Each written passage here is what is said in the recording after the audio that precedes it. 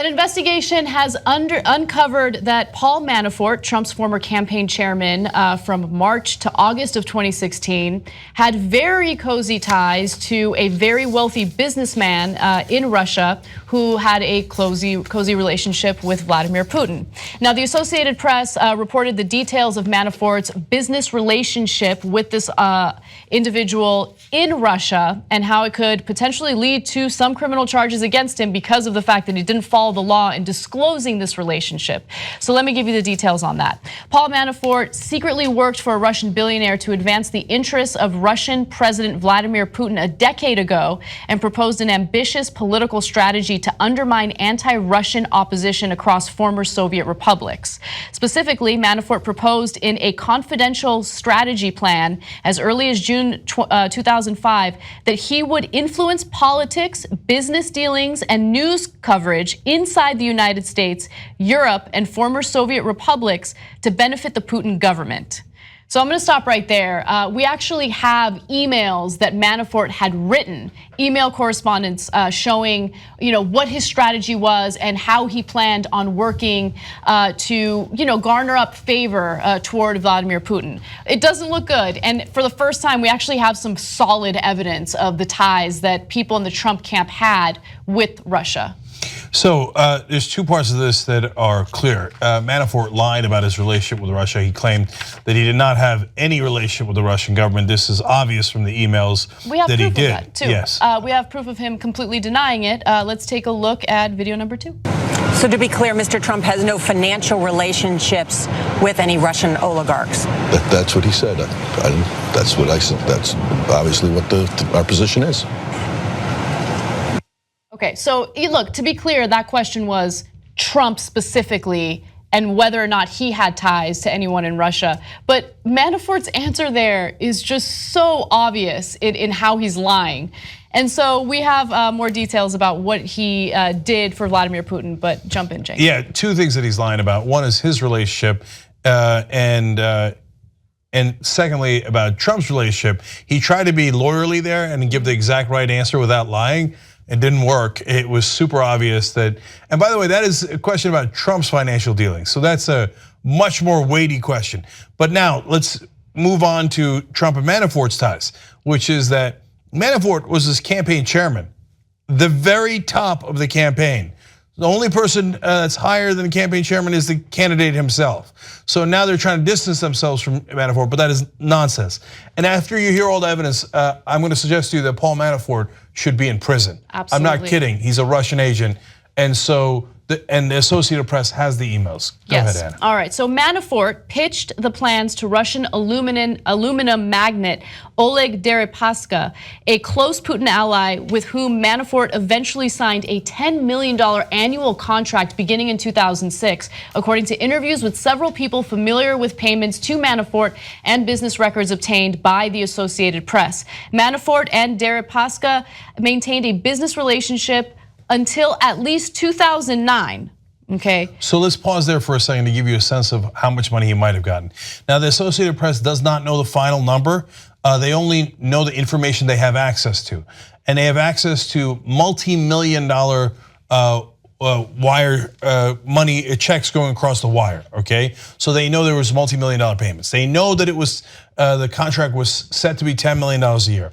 If it was from 06 to 09, that would be $40 million. Now that gives you a lot of incentive to be a foreign agent. Now, what does it mean to be a foreign agent? It just simply means that you're working for a foreign government, which by the way, a lot of people do, but you have to register and let the American government know that you are a foreign agent. So that means, hey, you raise your hand and you say, I am lobbying for this group and I'm doing it for political reasons. So Manafort never did that and received a giant amount of money that he clearly in some ways hid, and he did not do it under the umbrella group that was public facing that he normally lobbied for. He did it under another name, so another way that he was trying to hide these giant payments. Exactly, and what he was doing essentially worked against the best interests of America. So let me give you the details on an email that he had written in regard to how he planned on helping Putin and how he wanted to garner support for Putin in the West. So he says, we are now on the belief that this model can greatly benefit the Putin government if employed at the correct levels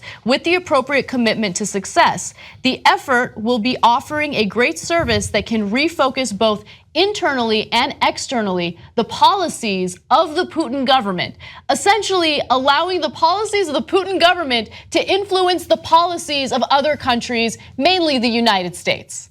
So, good night, Irene. That is very clear evidence in an email written by Manafort that he did in fact work for the Putin government, something he has denied all along and something that he absolutely had to register with the U.S. government. That is breaking clear laws as not registering with a foreign agent. Now, he's doing it through $10 million payments to a Russian oligarch that is deeply tied to Putin, goes on almost every business and foreign trip with him. And clearly, in the emails, there's no hiding it. He's not saying, hey, I'm doing this for your aluminum business. Right. He's saying, I'm doing it for Putin government interests, internally meaning Russia, externally meaning former Soviet republics, Central Asian countries, European countries, and yes, the US. Yep. So and by the way, doing that is not necessarily illegal, but you have to register and say you're a foreign agent. If you don't do that, then it is illegal and you belong in prison. The Associated Press reports that US diplomatic cables from 2006 described this oligarch as among the 2 to 3 oligarchs Putin turns to on a regular basis and a more or less permanent fixture on Putin's trips abroad. Also, keep in mind that Manafort proposed extending his existing work in Eastern Europe to Uzbekistan, Tajikistan, and Georgia, where he pledged to bolster the legitimacy of governments friendly to Putin and undercut anti-Russian figures through political campaigns, nonprofit front groups, and media operations. And by the way, he worked closely with individuals in Ukraine to essentially help Russia in their annexation of Crimea. And so that's against US interests. So Paul Manafort working as a Russian foreign agent, literally, technical definition of that word. And this is, by the way, not when he was with the Trump campaign. So let's be clear about that. I'm gonna get to his role in the Trump campaign in a minute, okay? Working as a Russian foreign agent, never reports to the US, working against US interests in most of those countries, especially the Ukraine, and doing it in secret and lying about it throughout. Okay, those are heavy charges, and now with the internal emails, pretty much corroborated. Not pretty much, it is corroborated. Now, whether he will spend time in prison is a matter that has to be adjudicated, I hope, in a court of law. I hope that they bring him to trial for hiding his true allegiance, which was not to the US government. To give you a sense of how important and why do they hire Manafort, right? So why do they give him 10 million a year, 40 million overall if he got the full contract? Well, he not only worked on Trump's campaign, he also worked on McCain's campaign back in 2008, and that was in this time period. So they have bought themselves an agent that is as close to the power in this country as you can possibly get, works at the highest levels of different Republicans running for president, and then works those guys over to have pro-Russian policies. Now, he was the campaign manager for Donald Trump, who winds up becoming president, and what does Donald Trump have? Enormously pro-Russian policies that undercut our earlier American positions. That's right. So now you can say that's a coincidence, or I mean, are people that naive? This guy, and again, this is about Manafort, not about Trump. That Manafort gets $40 million from the Russians at some point, let alone later work that he did in 2014, again for the Russians in Ukraine. That's a whole different story, and another time that he worked for the Russians. And then he happens to tell Trump, oh, you should have all these pro-Russian policies. You think that's a coincidence? Nobody in their right mind thinks that that's a coincidence. Right, so naturally, look, there is an investigation into Trump and his ties or potential ties to Russia and Vladimir Putin. And I hope that the following question is asked as a result of the Associated Press unearthing this information. How is it that Manafort ended up being the campaign chair? That's a great question. So I want to know why? Why is he the campaign chair? And then here's the follow-up question to that. So Manafort had a cozy relationship with this oligarch who paid him tens of millions of dollars until something happened a couple of years ago. So a few years ago, Manafort was given about $19 million to start a media company that would push all of these ridiculous ideas, right? And so Manafort pocketed the money and then didn't do anything. He didn't start the media company at all. And so that's when the relationship between Manafort and this oligarch soured. And so they were aggressively going after Manafort for this money until Trump got elected. And then when Trump got elected, they just decided, it's all right. We're just gonna let this go. That's super interesting, and it can actually cut in two different directions. So when you're looking at it for Trump, so this Manafort guy is unbelievable. He appears to be a very serious criminal. So here's what I mean by that. This guy's, not only did he get all the money from the Russian oligarchs for all those years, and then he appears to rip them off to the point where a Russian oligarch makes a public display of it by having to sue him in the Cayman Islands. That happens in 2014, because in that deal, which was for the Black Sea Cable, he was supposed to start a TV company. They sent him the $19 million, and then they never hear from them again. Like they email him, hey, what happened to the $19 million? Did you start the cable company? And he never responds to them again. He appears to have just pocketed the $19 million.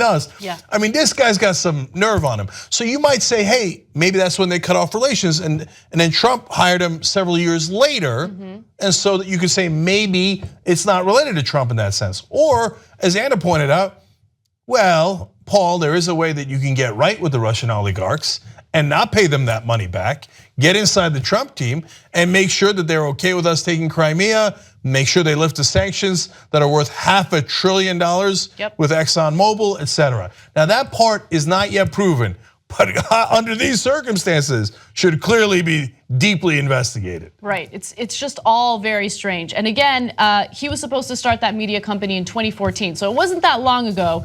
Early in 2016, during the presidential campaign, the oligarch's representatives openly accused Manafort of fraud and pledged to recover the money from him. After Trump earned the nomination, the oligarch's representatives said they would no longer discuss the case. So I think that that's a strange thing that should be investigated. Again, all we can do right now is speculate, and so please don't take anything I say too seriously because it's speculation. But an investigation needs to take place. Thankfully, it is taking place, and hopefully they ask the right questions and look into all of these issues. So let me explain again. This is our third time clarifying what is and is not speculation. So it is not speculation that Manafort worked for the Russians. It is Manafort's own words that he said, I worked for the Putin government and I am looking to help him with his policies internally and externally. It is not speculation that it is a violation of the law. Let me read you graphic 13 here. Under the Foreign Agents Registration Act, people who lobby in the U.S. on behalf of foreign political leaders or political parties must provide detailed reports about their actions to the department. And if they don't, that prison sentence can be up to 5 years in prison and a fine of $250,000. Which, by the way, is honestly not much. I mean, if you've already taken 40 million this time and 19 million another time, and let alone all the things we don't know about Manafort and how much more he took for the Ukraine job, yes, $250,000 is no big deal. 5 years in prison, that is a big deal. And so I'm looking forward to that happening. The speculation part is, how much does Trump know? And we don't know that yet. Newt Gingrich goes out there and says, now Trump should say he didn't know anything about that. Now Newt doesn't know that Trump didn't know anything about that, but he goes on and talks to the media and says, now the thing to say here is, you didn't know anything about it, and once you did, you fired him right away. And besides which, the administration is claiming, Manafort, what name so? That's right. So they're, of course, trying to distance themselves as much as possible from Manafort. During a press conference, Sean Spicer did exactly that, or attempted to, even though a lot of people scoffed at it, including White House officials. Let's go to graphic 10. So Sean Spicer said Monday that Manafort played a very limited role for a very limited amount of time in the campaign. He was the campaign chair, okay, for several months, from March to August of 2016. That is not a limited time. That is a very pivotal time in an election. And so even though his campaign chairman, he led it during the crucial run up to the Republican National Convention. So let me explain that more.